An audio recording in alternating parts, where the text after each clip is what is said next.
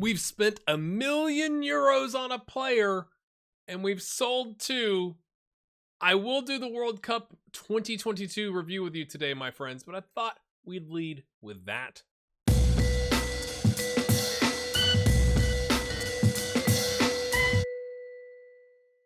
All right, my friends, welcome in. It's episode 18. Thanks for your support on the channel. Hit that like button, subscribe if you're new. We're trying to get to 10,000 subscribers as we get rolling here today. It's January 11th, my friends.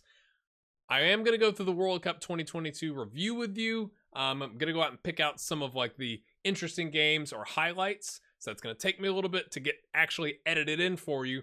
But I thought we'd start today with, we still have 1.3 million in the transfer budget. We are, what is that? 30 grand below on the wage budget. And I think we've upgraded the team. First up, we've sold Hamza Mendel for 525 grand, which is a bargain basement price. However, he was on, I think he was on 18.75K a week. He's now taken 13 grand at Augsburg. We had to pay him off for 105 grand for his wage drop. Schalke bought him several seasons ago for 6 million, which was a terrible decision on their part. I think he would have been fine, right? He would have been fine to keep around, but he didn't want to renew his contract. His contract's up at the end of the season, and he was like, I'm going to leave my options open, which means I'm going to leave. And like, if he wanted to stay, he would have stayed. So he stayed a squad player with them. I would have kept him out as a squad player with us, but it's like, as a club, I went, we can't afford to have even the likes of 525 grand walk out the door. So we might as well sell if we can get an adequate or even better replacement. So Mendel's gone, and I think we've done just that to get an adequate or actually better replacement. Let's go take a look. We have brought in Nikolai Bolesen. Is that how you say it? He's a left back. However, my friends, he can also play left center back as a ball-playing defender. We like that. And even a wide center back, maybe like on attack. Like, he's probably now our best wide center back option if we play a 5 at the back or 3 at the back system. But he plays obviously on the left side, wing back-ish, you know, even like in a bind, he could play like left midfield if we needed him to. But I had another option I was looking at on a free, and I was a little torn. He was a new, I think it's NYC FC player that was, his contract's up or was up at the end of the season, at like December 31st. But Nikolai, now we have paid $1 million. It's like 600 up front and like 400 over the next 3 years. So we definitely spread it out. I'm not saying it's a fantastic deal, and that was my struggle. It's like, do we bring in this guy for essentially $1 million? There are some other add-ons. It could go at like 1.2, I think. Do we go for that? Or do I go for the player on a free? However, the player on a free wanted like, I don't know, it was like 15 or 16 grand. And you could tell we get Nikolai as a squad player for 12.5 grand. So that's like a 6 grand drop in comparison to Mendel. And I also like, he's 30. He's got good leadership. Like, he brings that like poise, right, to the back line. Is he going to be our James Milner, maybe? He's 6'1", gets forward whenever possible, tries to play out of trouble, brings ball out of defense.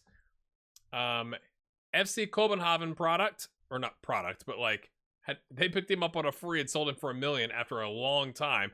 And for those of you that are like, you don't buy players that didn't play well like in their previous seasons, he's at a 708 and a 689 in Denmark, which is a relatively good level, in my opinion. So, again, I think, yeah, it could go up to 1.2 million. So, I think it's actually a pretty good deal because he's actually rated better than Thomas, which makes me actually a little bit nervous, but, you know, composed. I just think all around, again, I know, like, what was it, like Spanish retirement home in the comments, like, hey, I get it, but I felt like this guy was better than the free option. Let me show you that other player, and you can tell me if you disagree. He was on loan to NYCFC from Palmeiras.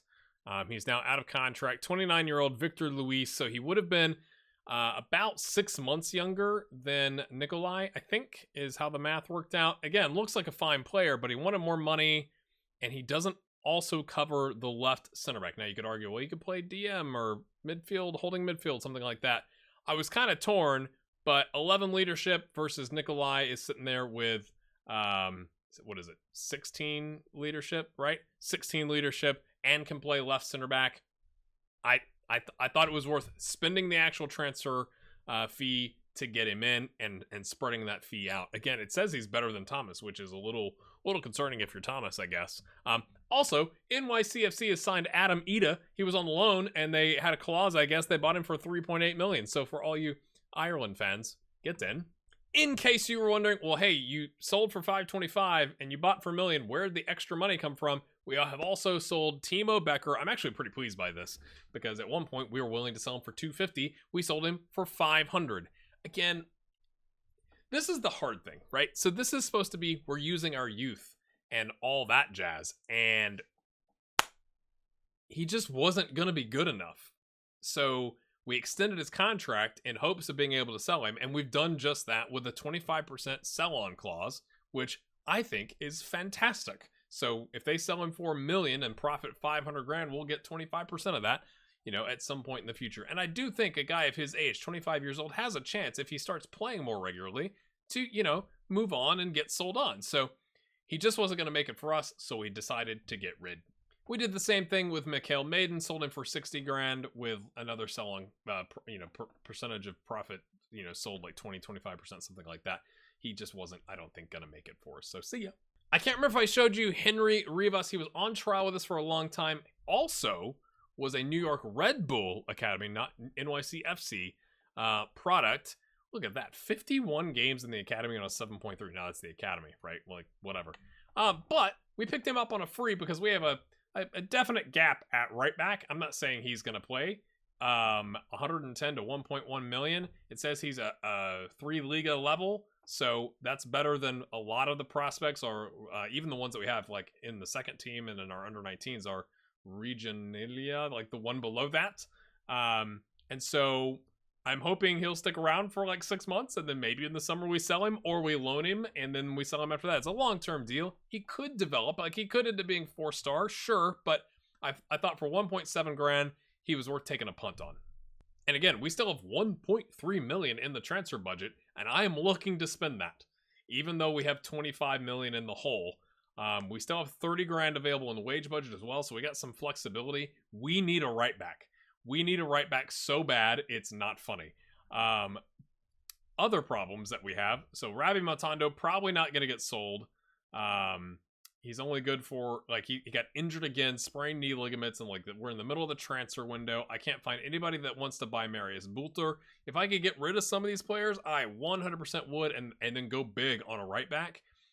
But, yeah, haven't been able to do that. At least not yet. All right, first World Cup match we're looking at here. This is, I believe, the first round. It's Spain versus South Korea. Get a corner. That was in, like, the 10th minute. All right, this is the 25th minute. Ball all the way over the top, and a doinkage. We love a doinkage around here, my friends. It's all square at one. We're in the 43rd minute here, okay? I didn't look at all when the goals happened, but that's an emphatic goal by Heung-min Son. As you do.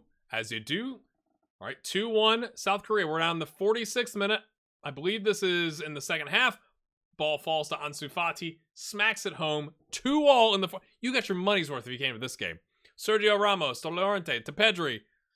I'm not going to try that name. Oh, Jukin and Jivin plays it. Lovely stuff. I guess that was not... That must have been the first half because we were at the other end. And then in the 72nd minute, Kim Min-jae heads it home. A 3-3 barn burner, my friends. What a game! England here with Uruguay. Maguire heads it home. Big forehead, taps it in. 36th minute here. Ball comes back in for Uruguay. Okay. Plays the top of the box. Oh, lovely stuff. Beats the keeper. Who's the keeper there? Let's go find out. 1-1. So it's a draw for England against Uruguay. It's Ramsdale. There's your England team. England fans, enjoy. Feel free to pause. We get Netherlands versus Belgium here. Ball in on the corner. Headed home. Witsel. Penalty. 1-1 in the 34th minute. And then Memphis Depay dribbles forward. Malin. Kluivert. Oh, place shot. I thought that was going to be blocked in like a, you know, a second runner was going to tap it home, but they get the 2-1 victory over Belgium. I do want to just go look at the groups to see what we got here. The less it's said about the United States at the World Cup, the better. They got absolutely smashed by Argentina and Norway and finished third in the group right there. We beat Mali. 3 points, -3 goal difference. They're playing like a 5-2-1-2 system. Fire the manager is all I'm going to say. Mexico and Chile get through over Bosnia and Herzegovina and Qatar. Italy and Croatia over Cameroon and Japan, who go -10 goal difference. Netherlands and Belgium, despite, you know, that Belgium loss, they get through. Iran beat Costa Rica. They had a man sent off in the 3rd minute in that game. Argentina and Norway through over the United States and Mali. France and Denmark over Senegal and China. Germany and Brazil drawn together, get past Poland and Egypt. And Spain and South Korea. Yeah. Colombia and Portugal. With 1 point. And then the last group here you can't see is England on top, Uruguay, Algeria, and Australia. So let's see who the teams drew in the second round. And obviously you can see some of the results here, but Croatia getting past Mexico and getting Belgium, who beat Argentina. Italy absolutely destroys Chile. Netherlands over Norway 2-1. And then let's go take a look at how it wrapped up. So my friends, France win the World Cup 2-1 over Croatia. France had to go to extra time against Italy to get there. Croatia beat Spain 2-1. You can see the rest of the tree, how they got there. Obviously, England losing to France after beating North Korea. Spain getting past Denmark again. They had to go... Oh, Spain beat Uruguay first. I was like, wait, how did they play each other twice? But no, Spain had to go to extra time, but they beat Uruguay 4-2. So France are your World Cup winners. And before we go, I have a youth intake preview. So just a little taste here, my friends. Another excellent intake because I guess Schalke things being Schalke things. One goalkeeper looks to be a great prospect. We have several already. 2 forwards who look considered to be fine prospects. At least one of our fullbacks, although, does that mean the fullback can play either position, or is it just saying, hey, that's what a fullback is? Because it's like, thanks, Football Manager. I didn't know what a fullback was, right? Central midfielders, a B. Wingers, E. Center backs, F. Wide midfielders, attacking midfielders, yada, yada, yada. Not looking so good, but could be a gem of a goalkeeper and 2 forwards and maybe a fullback and a central mid.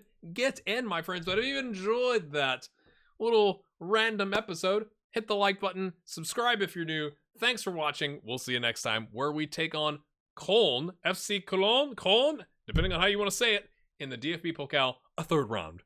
See you then.